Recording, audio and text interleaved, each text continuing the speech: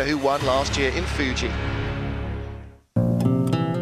The 35th Dakar Rally, the 6th in South America, will set off on the 5th of January from Rosario in Argentina and finish in Valparaiso in Chile on the 18th. But between those 2 points, competitors have a chance to discover a new venue for the Dakar, Bolivia. Eurosport joined the organisers as they finished the final recce where the road book was written.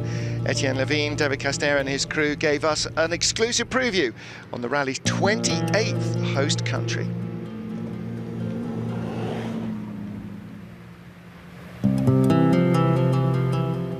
Alors la Bolivie, nouveauté de ce Dakar 2014. David Castera saying Bolivia is a new country for the Dakar. The main point here is the altitude.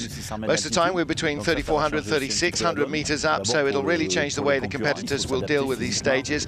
They'll have to get used to the very physical efforts at such altitudes, but the stages are stunning. They're very technical. There's lots of crossing roads, so navigation will be tough. The highlight, though, will surely be the salt lake at Uyuni.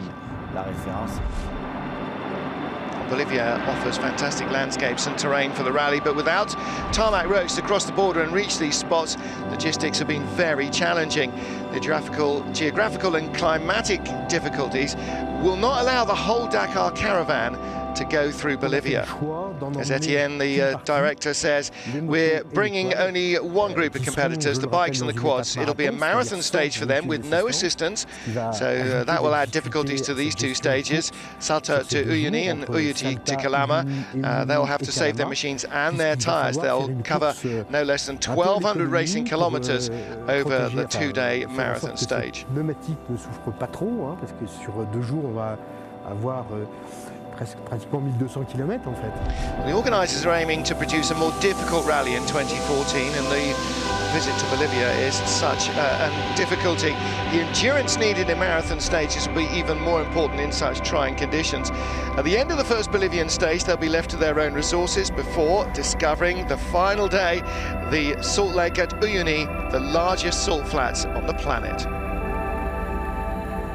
Well, many millions of years ago, says David Castera, this was all ocean, and then when it rose from the ocean floor, the result was a vast salt lake, 150 kilometers long and 120 kilometers wide.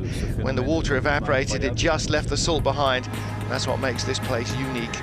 The Salt Lake itself plays a major part in the Uyuni to Calama stage, but the distance covered will depend on the weather. January is the wet season in South America. Rain could complicate access to the salt flats, so the organisers are preparing several options in the roadbook.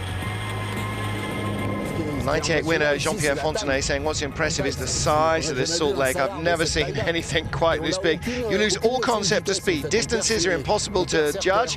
You lose all your landmarks. We're doing 150, 160 kilometers an hour, and you've got absolutely no clue how fast you're going.